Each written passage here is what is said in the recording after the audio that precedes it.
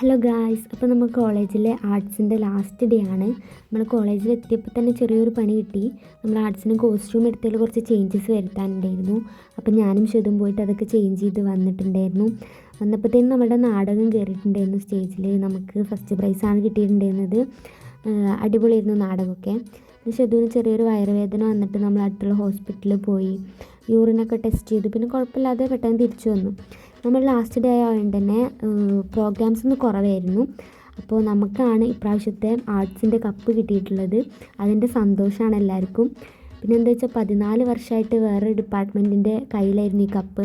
ഇപ്രാവശ്യം അത് നമുക്കാണ് കിട്ടിയിട്ടുള്ളത്.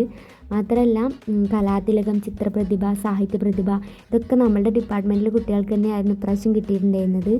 അപ്പോൾ സത്യം പറഞ്ഞാൽ കപ്പ് വാങ്ങിക്കുമ്പോൾ മനസ്സിലുണ്ടായിരുന്ന സന്തോഷം എത്രയാണെന്ന് പറഞ്ഞറിയിക്കാൻ പറ്റുന്നില്ല.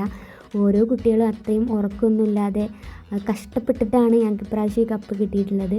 അത് ഡിപ്പാർട്ട്മെൻറ്റിൽ കൊണ്ട് വെക്കുമ്പോൾ ടീച്ചേഴ്സും വളരെയധികം ഹാപ്പി ആയിരുന്നു. അപ്പോൾ പിന്നെ ഡിപ്പാർട്ട്മെൻറ്റിലെ ടീച്ചേഴ്സും ഞങ്ങളെല്ലാവരും കൂടെയൊക്കെ നിന്ന് ഫോട്ടോ ഒക്കെ എടുത്ത്. അപ്പോൾ ഇന്നത്രയുള്ള ഗായ്സ്, ബൈ.